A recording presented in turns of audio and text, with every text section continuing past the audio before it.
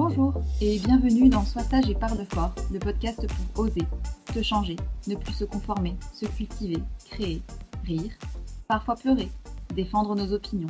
Je suis Marie et j'ai décidé d'arrêter d'être trop sage et de parler fort de ce que j'ai envie, comme j'en ai envie. Je vous retrouve aujourd'hui dans un nouvel épisode, accompagnée de ma chère Mathilde, pour parler de la question des réseaux sociaux. Ça fait pas mal de temps que j'avais envie d'en parler. Et je me demandais, est-ce qu'il faut voir ça plutôt comme quelque chose de positif ou est-ce qu'il y a aussi quand même des effets négatifs liés à l'utilisation des réseaux sociaux? On est tous sur les réseaux plus ou moins. On a voulu en parler avec Mathilde parce qu'on a des avis un peu différents qui se retrouvent un petit peu similaires. Salut Marie. Comment tu vas? Bah écoute, ça va. Et toi? Très bien. Donc comme on le disait, on a décidé de parler des réseaux sociaux. On en avait pas mal parlé, on en parle souvent ensemble. Il faut dire aussi qu'on s'est rencontrés sur Instagram. Donc déjà... On s'est rencontrés sur les réseaux sociaux, en effet, et il en est né une jolie amitié, comme quoi ça a plutôt du positif. Mais il y a aussi du négatif et on avait quand même envie d'en parler parce que il y a plusieurs aspects dont on a envie de parler sur les bienfaits et les méfaits des réseaux sociaux. En exemple premier, forcément Instagram parce que c'est ce qu'on connaît de mieux, mais il y a aussi Facebook et autres. Tout à fait. Alors on va commencer peut-être par les effets positifs que l'on voit toutes les deux. Ouais. Les expériences qu'on a pu avoir peut-être. Il faut quand même souligner les choses qui marchent bien. Les réseaux sociaux connaissent un essor récent assez important par les jeunes générations surtout. Et de plus en plus jeunes, ouais. Surtout Instagram. Facebook est un peu plus vieillissant. Qu'est-ce qui te vient à l'esprit comme chose positive que tu vois dans les réseaux sociaux? Moi, j'ai une expérience des réseaux sociaux tardive, je pense. Je me suis créé un compte Instagram à 17 ans et j'ai eu Facebook à 18 ans. Mais quand j'étais au collège, j'étais sur pas mal de forums d'écriture / fan d'auteurs et donc j'écrivais des fanfictions en ligne avec des gens. Moi, c'était par rapport à Pierre Bottero, qui est un auteur que j'aimais beaucoup, que j'aime toujours beaucoup, mais qui est mort. Et donc, j'étais sur pas mal de sites en rapport avec Pierre Bottero. Donc, on écrivait des fanfictions, on écrivait des textes. Avec des gens, j'avais commencé à écrire un livre sur un forum. Et j'ai fait pas mal de rencontres comme ça. Enfin, il y a des gens que j'ai rencontrés. Alors, moi, à cette époque, j'avais pas de portable. Donc, on parlait sur les chats des forums. Et il y a certaines personnes avec qui on échangeait des lettres. C'était mes premières expériences des réseaux sociaux. Le premier truc que ça m'a apporté, c'est des rencontres, en fait. Oui, et puis sûrement des échanges au niveau littéraire, en tout cas, là, c'était ton truc. C'est ça, c'était des gens qui étaient passionnés par les mêmes choses que moi. On retrouve aussi des réseaux sociaux propres à chaque centre d'intérêt. Je vois des gens qui sont fans d'Harry Potter ou de séries en particulier, aussi à tout ce qui est défi Nanovrimo, Oui. où tu écris un roman en 1 mois chronométré. Tu as un réseau social, les gens s'échangent leurs conseils, leur motivation, garder le rythme de nombre de mots par jour à écrire. Je pense qu'il y a beaucoup ça justement dans le domaine des livres, dans le domaine du cinéma, des séries, à la fois un partage d'intérêts, tu vois, au niveau de, par exemple, on aime tel ou tel auteur, et aussi tout ce qui gravite autour, donc par exemple l'écriture de fanfiction, il y a des jeux de rôle aussi pour certains trucs. Récemment, je lisais Le Seigneur des Anneaux, à la fin de mon bouquin, il y avait toute une partie genre comment faire un jeu de rôle Seigneur des Anneaux, tu vois. Je me rappelle de quand j'étais au lycée, il y avait un groupe de personnes qui m'apparaissaient comme étant des no-life, comme on dit, qui en fait étaient fans d'Harry Potter et qui organisaient des soirées à thème. Je pense qu'ils s'étaient rencontrés sur des réseaux sociaux et ils avaient fait des soirées, des après-midi. Les organisateurs, qui étaient des amis à moi, avaient une grande demeure et ils invitaient tous ces gens à venir faire leur Potter addict et se déguiser avec les maisons Gryffondor, les délires. Trop chelou, tu vois. Mais en fait, finalement, c'était un moyen de rencontre et puis bon, bah, ils partageaient le même truc.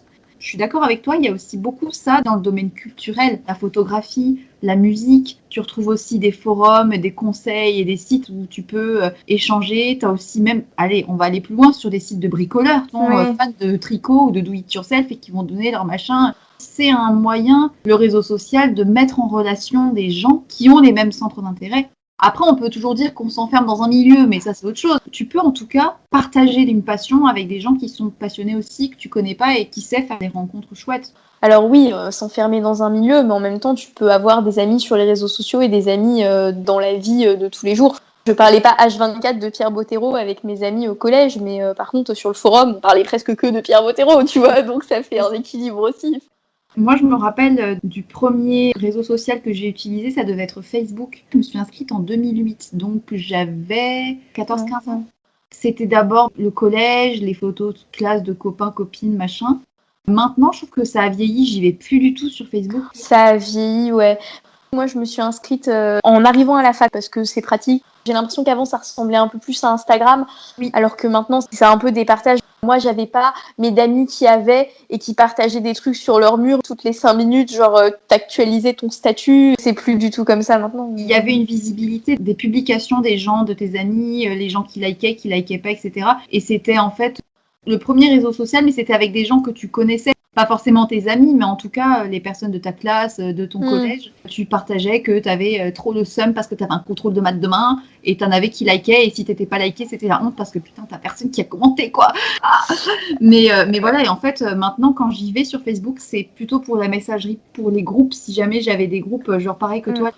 Et sinon, plutôt pour garder le lien avec la famille éloignée. Mais quand j'y vais, il y a beaucoup de pubs et beaucoup de repartages d'articles, il y a trop de choses. Les algorithmes sont bizarres. Moi, j'utilise Facebook pas mal. Tu sais, je suis dans une asso, une asso anticarcérale, mais ça pourrait être n'importe quelle asso, ce serait pareil. L'usage qu'on aurait de Facebook, c'est pour tout ce qui est organiser les événements. C'est vrai qu'on utilise pas mal Facebook, donc c'est pratique. J'utilise aussi pas mal Facebook sur des groupes féministes. C'est pratique parce qu'on partage des articles, on peut discuter de sujets, si on a des questions sur un sujet, si on cherche des ressources, des textes, des études, tu vois, sur un sujet, on met un message, on peut interagir et tout. Là, il n'y a pas longtemps, je cherchais une pièce de théâtre à aller voir avec une amie et j'ai demandé s'il n'y avait pas des pièces de théâtre féministes.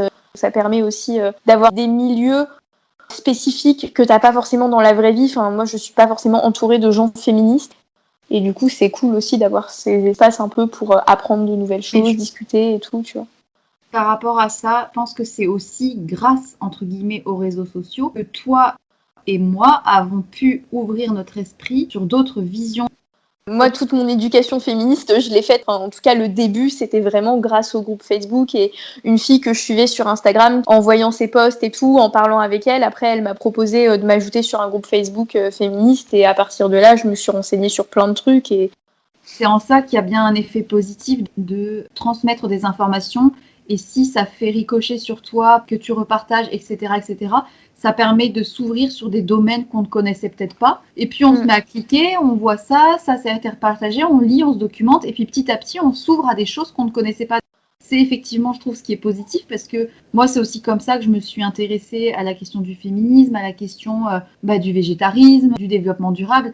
Alors oui, on peut aller chercher par soi-même sur les médias, etc. Mais dans un premier temps, mine de rien, c'est les réseaux sociaux qui nous ont mis face à des sujets par effet ricochet de connaissances qui repartageaient des trucs, à prendre ou à laisser, mais en tout cas, ça permet de faire des jolies découvertes. D'ailleurs, sur ce point-là du féminisme, je vais beaucoup sur le forum de Mademoiselle, parce qu'en fait, sur le forum, tu as beaucoup de sujets, soit qui répondent aux articles qui ont été postés, soit sur des thèmes type vie d'adulte, manger végétarien, les questions féministes, la question de la transsexualité, la question du body positive. Alors, c'est pas toujours neutre, c'est pas très safe, comme tu dis des fois, mais c'est comme partout. Des fois, il y a des avis divergents, mais en général, c'est respectueux des avis qui sont différents. Je participe pas forcément, mais je lis en fait. Il y a beaucoup de ressources et beaucoup de filles qui partagent les derniers livres qu'elles ont lus. Par exemple, un des forums que je suis, c'est le dernier film que tu as vu au cinéma ou le dernier livre que tu as lu. Et mine de rien, de fil en aiguille, ce genre de réseau social qui au départ est juste la transmission d'informations ou du repost ou du partage de sa petite vie, et ben tu peux en apprendre sur des domaines que tu connaissais pas du tout. Et ça, c'est cool. Ouais, c'est sûr. Et par rapport au fait que ce soit safe ou pas, c'est vrai que moi, c'est ça que j'aime beaucoup en plus sur les groupes féministes. Je sais que c'est des espaces où, de toute façon, si t'as un comportement pas correct, t'es banni du groupe. Du coup, ça limite aussi. Tu vois, si je partage un article en lien avec le féminisme sur mon mur Facebook, je vais avoir des commentaires de mecs blancs, hétéros, cisgenres qui vont me dire quand même le harcèlement, t'exagères un peu, c'est pas comme ça, nan. Alors qu'ils n'en savent rien du tout, tu vois. Tu vois, si t'as besoin de soutien sur un truc, moi je sais que c'est vraiment des endroits qui sont safe. Après oui, t'as toujours le risque qu'il y ait des gens pas safe. Ça dépend du sujet et en plus je pense que toi tu en fais une utilisation qui est positive. Ça dépend beaucoup de l'utilisation que tu as et de si tu as tendance à aller sur des zones où tu sais que tu vas voir des choses négatives. tu vas te rendre compte qu'il y a des trucs qui sont hallucinants. Moi, il n'y a pas longtemps, je suis tombée sur un site que je connaissais pas du tout. J'ai lu un article sur l'injonction des femmes enceintes à garder une ligne svelte. Il y a un site qui défend la masculinité. Il le citait, le nom du site, tu vois, où dessus il y avait des commentaires très Trigger, ouais. envers les femmes, je sais pas comment dire, mais qui en gros disaient de toute façon, si t'es grosse, c'est parce que tu l'as bien voulu, bande de grosses et tout, vous tombez enceinte, vous vous laissez aller, ça n'est qu'une excuse pour vous empiffrer. Je me suis dit, mais c'est pas possible que ça soit autorisé. Et j'ai cliqué, j'ai tapé le nom du site, j'ai dit, mais mon Dieu, et en fait, c'est que non, il faut pas faire ça. C'est que des articles qui disent comment faire pour garder la main sur votre femme, comment faire pour continuer à bien manipuler. Enfin, tu vois, c'est vraiment. J'étais, mais quoi? What? Bon, bah, je pense qu'en fait, nous, on en fait une utilisation cool, mais après, c'est vrai que ça dépend aussi du sujet. Je pense que dans le féminisme, bah, les hommes se rendent bien compte, je pense qu'il n'y a pas trop manière à la ramener parce que c'est un sujet quand même hyper sensible en ce moment. Mais comme dans toutes les opinions et tous les débats, il y a toujours des extrémistes. Enfin... Ça, c'est le problème aussi, tu vois, par exemple, quand tu es même pas forcément militante, quand tu te conscientises un peu sur des sujets, t'as vite fait de te laisser submerger parce que bah le monde est un peu horrible, enfin pour plein de choses. Tu te dis mais c'est pas possible. Enfin il y a des injustices partout, il y a des trucs pas ok partout qui se passent tout le temps, tous les jours. Je pense que ça dépend aussi de l'utilisation que t'en fais. Et tu vois par exemple, moi j'ai pas Twitter, j'utilise pas du tout ce réseau. J'entends beaucoup de gens qui disent que Twitter c'est l'horreur, que c'est vraiment hyper violent et tout. Et j'ai quelques amis qui me disent que leur Twitter c'est vraiment leur petite bulle de douceur et que un lieu hyper safe pour elles et que en fait ça dépend des personnes que tu suis et des threads sur lesquels tu t'abonnes, tu vois. Et de base, t'es un peu un révolté qui a envie de faire du débat et que tu sais que c'est des choses qui sont pas forcément portées par tout le monde. Forcément, sur un réseau qui est public ou qui peut être vu par d'autres personnes, bah en face, tu as forcément des gens que tu ne connais pas, on est derrière un écran. Moi, ce que je retiens quand même, c'est les rencontres hyper positives que j'ai pu faire, comme toi, comme des personnes que j'ai vues en fait après en vrai et avec qui j'ai de vraies relations amicales. Mine de rien, t'apprends, tu découvres des domaines et des opinions publiques que tu connaissais pas, tu t'interroges et tu grandis et tu mûris aussi. Alors, il y a des choses peut-être que je pensais pas, où j'avais des avis différents il y a quelques temps. Et grâce aux réseaux sociaux, le fait d'avoir fait des recherches de mon côté sans me laisser trop influencer, tu peux tirer des leçons qui te sont propres. Et aussi, ce qui est positif, je trouve, c'est de pouvoir alerter sur des informations importantes. Il n'y a pas longtemps, j'ai vu en story de plusieurs personnes l'information selon laquelle un jeune homme était porté disparu. Et ça, mine de rien, quand tu as des personnes influentes qui repostent, qui repartagent, etc., ça fait effet boule de neige. Alors oui, les réseaux sociaux, ça peut être très dangereux, ça peut avoir un effet boule de neige désastreux, mais sur ce genre d'informations-là, ça peut peut-être sauver des vies, tu vois. C'est sûr. Et puis bah après, je pense que ça dépend en fait de comment tu l'utilises et je pense qu'il faut avoir conscience d'un certain nombre de choses aussi. Je pense que du coup, on va basculer. Les aspects négatifs.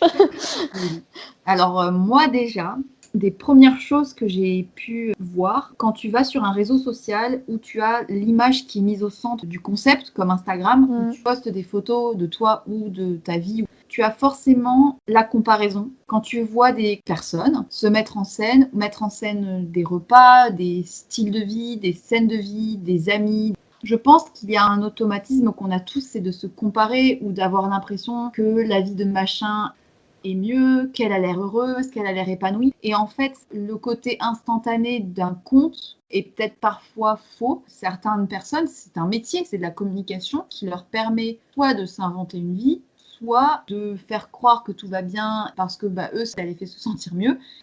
Et puis, t'en as qui en font de l'argent parce qu'ils vendent quelque chose. Quand t'as des yeux peut-être un peu jeunes, tu peux te sentir moins jolie, moins mince, moins tonique, moins, je ne sais pas, avec une vie peut-être plus monotone.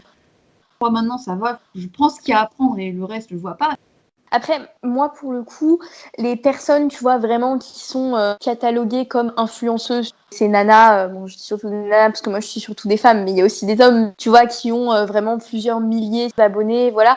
En fait, ces filles-là, je me suis jamais dit oh elles ont une vie super ou oh j'envie leur vie parce que leur vie me paraît de toute façon tellement loin de la mienne que c'est pas le même monde. Et pour le coup moi tu vois les personnes en fait dont le métier c'est les réseaux sociaux, je me sens pas particulièrement touchée parce que bah justement c'est leur métier et qu'elles partagent pas leur vie vraiment, tu vois. Et forcément il y a aussi un truc de si ça doit te ramener de l'argent tu vas pas montrer la couche pleine de caca de ton fils, tu vas pas montrer le chien qui a fait pipi au milieu du salon, enfin, tu vois, donc ça, je démystifie. Après, je sais que moi, j'ai eu une période de comparaison par rapport en fait à des personnes comme moi, tu vois, où du coup je me disais si elle, tu vois, qui a comme moi une vingtaine d'années, elle arrive à faire tel ou tel sport, pourquoi est-ce que moi j'y arrive pas? Parce que comme toi, je pense que les personnes qui n'ont pas le même âge ou pas les mêmes soucis que moi ou pas les mêmes centres d'intérêt ou qui en sont payés pour ou qui sont avec 50 milliards d'abonnés, bah en fait je m'en fous. À la rigueur, si les photos sont jolies et que c'est un truc qui me plaît, tant mieux. Sinon, elles ne me touchent pas parce que je me sens pas concernée.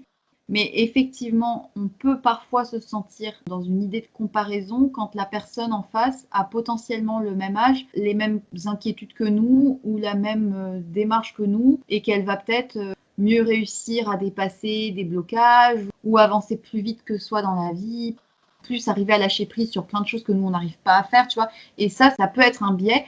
Et encore, je pense qu'on a quand même vachement plus de recul que des jeunes personnes qui arrivent sur un réseau social comme Instagram aujourd'hui. Nous, on l'a connu tard. Je l'aurais connu en ayant 13-14 ans. J'aurais peut-être pas eu le recul que j'ai aujourd'hui sur les images de ces personnes qui représentent soi-disant la féminité ou qui représentent tel style de vie. J'aurais peut-être été beaucoup plus influencée, perdue face à ce que je dois faire moi. Ouais, je pense effectivement que l'âge, ça rentre vachement en compte. Il y a beaucoup de gens sur Instagram qui ont 12-13 ans, quoi. Méga jeunes, 12-13 ans en fait. J'ai vu récemment des comptes de sportives très suivies. Je ne vais pas donner de nom, mais voilà. Je vois de qui tu parles. Alors, de sportive qui est ambassadrice d'une marque allemande et qui fait plein de vidéos, qui est en couple avec un autre bodybuilder. Et en fait, je dénigre pas du tout son travail, ni rien, peu importe, je m'en fous en fait. Mais j'avais vu des commentaires en fait dessous et c'est genre des petites nanas de 13 ans qui sont là, ouais, j'adore, t'es trop bien, Juju. Et j'étais là, mais elles ont quel âge ces nanas? Enfin, et moi, je dois faire comment pour faire des muscles? Les nanas qui vont à la salle de sport, elles ont 12 ans, quoi. Et je suis là, mais à 12 ans, je joue au Barbie encore, je crois. Enfin, non, C'est ça, parce que, j'ai l'impression que c'est une génération qui... Allô? En fait, je sais pas, parce que finalement, tu vois, alors moi, c'était pas mon cas, mais je sais que j'avais une cousine et même j'avais des amis qui étaient très fans de Laurie. Et qui du coup achetaient les magazines où il y avait Laurie et avait des posters Laurie. Et aujourd'hui, tu vois, moi je vois mon petit frère qui a eu à Noël un t-shirt et une coque Thibaut InShape. En soi, le fait d'être fan, entre guillemets, de quelqu'un quand t'as 13-14 ans, c'est courant. Après, je pense que les réseaux sociaux, il y a une espèce de sentiment de proximité qui se crée, mais qui n'existe pas, enfin, dans le sens où il n'y a pas de proximité entre un mec qui a 27 ans, des millions d'abonnés, qui vit des réseaux sociaux, et un jeune garçon de 13-14 ans. Je pense que c'est ça, en fait, le danger. Les influenceurs, je trouve que déjà, ça peut être très dangereux parce qu'il y a un encouragement à la consommation du produit qu'ils mettent en avant ou dont ils parlent. Quelque part, ça n'est qu'une manière de plus d'encourager à l'achat, à la consommation de choses qu'on n'a pas forcément besoin. Ensuite, il y a des placements de produits qui se font sous couvert du « ouais, j'ai goûté ça, c'était trop bien, je suis pas du tout rémunérée » ou « j'ai pas de partenariat » ou alors c'est pas dit, mais en fait c'est le cas. Parfois, c'est pas toujours très clair.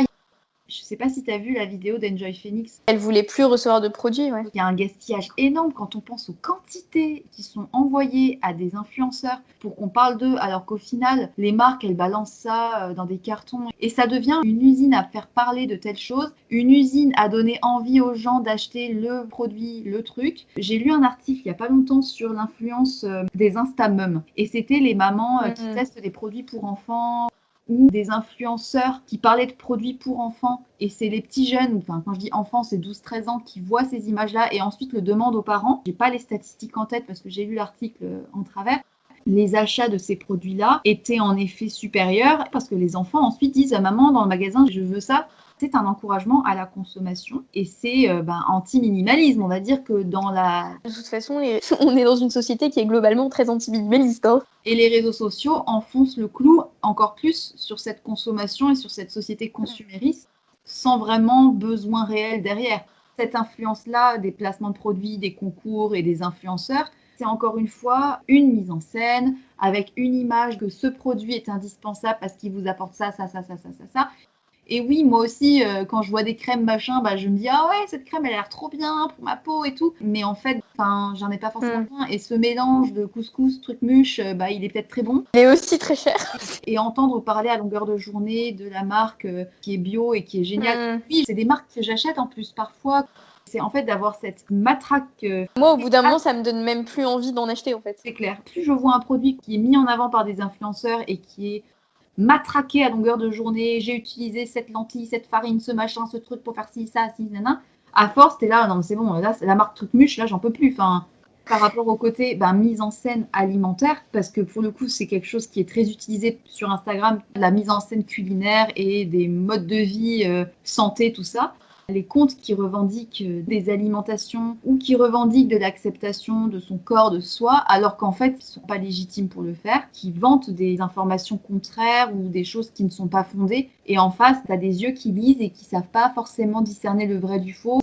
Et ça, c'est de la désinformation massive. Je trouve que pour le coup, tu vois, je te disais que les influenceurs, influenceuses, ça me posait pas particulièrement de problème dans le sens où c'est tellement pas le même monde que ça me touche pas particulièrement. Mais c'est vrai que tout ce qui est influenceur, influenceuse, fitness, alimentation, j'ai vraiment du mal parce qu'en fait, la plupart ont des connaissances que n'importe qui pourrait avoir en 3 clics sur Internet. Et c'est vrai que moi, là, quand je vois toutes ces personnes qui te vendent des détox de sucre parce que c'est bien connu que tout le monde est accro au sucre, moi, ça me met hors de moi parce que c'est scientifiquement complètement faux et que c'est dangereux, quoi. Donc, c'est complètement faux. Je me suis d'ailleurs pris la peine d'emprunter un livre sur le sujet que j'ai lu et je comptais en parler à un de ces quatre parce que clairement, je n'ai pas la légitimité non plus pour en parler parce que je ne suis pas scientifique, j'ai pas de diplôme. Mais si tu te contentes de regarder sur les réseaux, les vidéos et même les médias et les informations à la télé, on te dit le sucre c'est pas bon.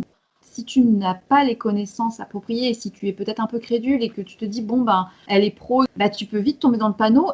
Ce qui me dérange, c'est pas pour moi, c'est pour des personnes qui sont crédules, qui n'ont peut-être pas assez de recul. Ce risque de la désinformation, j'ai fait quand même quelques recherches et en fait, c'est vraiment étudié par des universités. Ça s'appelle les sciences sociales computationnelles, voir dans quelle mesure toutes les données qui sont amassées, tous les algorithmes, posts, les partages, etc., pour voir de manière quantitative l'impact que ça a et toutes les traces que les internautes laissent derrière eux. Donc, c'est une méthode sociologique et ils expliquent en fait qu'il y a une émergence à cause de ces réseaux d'une désinformation massive sur plein de domaines pour plusieurs raisons.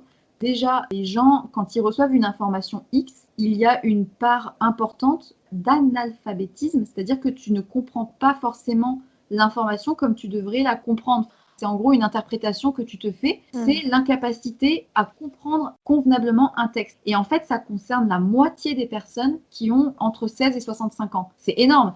Une personne sur deux qui va mal comprendre une information, qui va mal l'interpréter. J'ai l'impression que c'est aussi voulu, parce que tu as des informations dans la manière dont elles sont formulées. Déjà, ça pue, tu vois, dans la formulation. Donc... Mais en plus de ça, si toi, ton cerveau, une fois sur deux, il n'arrive pas à comprendre complètement le truc, ensuite, le deuxième facteur de désinformation, c'est le biais de confirmation. C'est-à-dire que tu vas, par nature, chercher à confirmer l'information ou à privilégier l'information que tu as envie d'entendre. Quelqu'un qui a envie de mincir et qui entend une première information selon laquelle le gras, c'est pas bon et il faut absolument enlever le gras, il va forcément tendre à trouver des articles ou des photos ou des repartages ou des comptes qui prônent ça pour confirmer cette certitude-là. Tu vas naturellement chercher à valider ta première idée par des personnes qui vont continuer à enfoncer le truc dans lequel tu es convaincu. Toi, tu es convaincu de la légitimité des féministes, je suis d'accord avec toi. Mais du coup, en t'abonnant à plein de comptes qui sont là-dedans, à chaque fois que tu vas voir des choses là-dessus, ça va te confirmer ce que tu penses sur ça. Et enfin, même s'il y a certaines barrières et certaines limites, certains pare-feux, il y a le risque que ça soit complètement faux parce qu'il n'y a pas de contrôle pour empêcher des informations fausses ou plus ou moins vraies d'être divulguées. Parce qu'au fond, n'importe qui peut dire ce qu'il veut. Enfin, moi, demain, je peux dire il faut manger 15 fruits par jour et 3 grains de riz tous les 2 mois pour que vous voyez le bonheur du monde arriver sur votre tête. J'ai le droit de dire ce que je veux. Personne ne peut m'en empêcher. Et ça, le contrôle des contenus, ça reste un des soucis, quoi. Après, tu vois, par rapport à la désinformation, bon, sans vouloir mettre de pavé dans la mare, il y a des trucs que tu viens de décrire qu'on retrouve même dans les médias. C'est ça. Donc, je pense que c'est pas que. Après, c'est vrai que sur les réseaux sociaux, il n'y a pas de contrôle, donc ça peut un peu partir en cacahuète. Ouais, voilà, c'est ça. Ça peut accentuer le phénomène, mais c'est quelque chose qui n'existe pas que sur les réseaux sociaux. Quand tu regardes, tu vois, finalement, le traitement d'une info par BFM TV est, je pense, plus subjectif que l'avis, tu vois, d'un youtubeur ou d'une youtubeuse. Et le truc, c'est que même les médias et les pouvoirs politiques utilisent désormais les réseaux sociaux comme outil d'influence. Quand tu voyais Macron sur Snapchat en 2017... Au moment des élections américaines, il y a des articles qui relatent et qui relèvent et qui alertent sur le fait qu'il y ait des algorithmes. En gros, Facebook a été financé par les partis politiques. J'ai pas assez creusé le sujet sur ça, mais je sais qu'il y a eu beaucoup d'alertes sur la propagande qui a été faite par les partis politiques de Trump notamment, au moment des élections via Facebook et via l'utilisation des réseaux sociaux pour tout simplement manipuler les votes. C'est aussi finalement devenu un outil de contrôle pour des groupes peut-être extrémistes ou dangereux. Les manœuvres manipulatoires en termes de communication, ça peut aller très loin. Ça reste dangereux un réseau social pour ça, parce que tu peux avoir tous les biais que tu retrouves aussi dans les médias finalement, sauf qu'un réseau social, ça peut très vite faire effet boule de neige.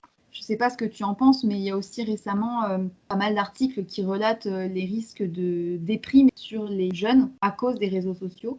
Il y en a beaucoup qui se retrouvent en fait dans un entre-deux où ils sont plus vraiment dans la vraie vie parce qu'ils sont tout le temps sur les réseaux sociaux et c'est hyper anxiogène et je me rends compte que quand je le pose et que je m'en éloigne vraiment plusieurs heures et je me sens mieux. Et il y a une spécialiste à la Sorbonne, elle recommande en fait de se déconnecter régulièrement parce qu'on agit en fonction des autres en permanence, on est dans un processus de validation. Dès qu'on a un moment de libre, se glissent toutes ces applis qui interdisent les moments de solitude. Or, le fait de passer du temps seul à ne rien faire compte beaucoup pour la conscience de soi et la réflexivité, ce qui implique une hausse de la dépression. Et en plus de ça, évidemment, comme on pense que plus on va consommer les produits qui sont vendus ou plus on va faire ce que les gens disent qu'il faut faire pour être heureux, plus on pense que ça va nous rendre heureux. Or, c'est pas ça la solution. Puis bon, faut le dire quand même, d'être tout le temps là-dessus, tu finis par risquer de perdre la notion de dans la vraie vie. T'en as qui se retrouvent à avoir une double vie, c'est-à-dire qu'ils vont mettre en scène toute une vie, mais en même temps savoir que c'est pas totalement vrai, le risque de croire à une proximité alors qu'il n'y a rien du tout. Tu finis par avoir l'impression de lier des amitiés. En fait, tu tombes de haut. N'importe qui peut penser n'importe quoi de toi. Tu te fais des films d'amitié qui n'en sont pas. Et tu peux vite être déçu. Se protéger, on va dire. Il faut avoir conscience justement du fait qu'il y a un décalage entre les réseaux sociaux et la réalité et que tu peux lier des vraies amitiés sur les réseaux sociaux, mais tu peux rencontrer des gens qui ne sont pas forcément des personnes avec qui tu peux lier amitié. Et c'est vrai que c'est pas toujours facile de pas se projeter sur les réseaux sociaux. On a l'impression qu'il n'y a pas de qu'il y a pas de filtre, alors qu'en réalité, il y a une tonne de filtres.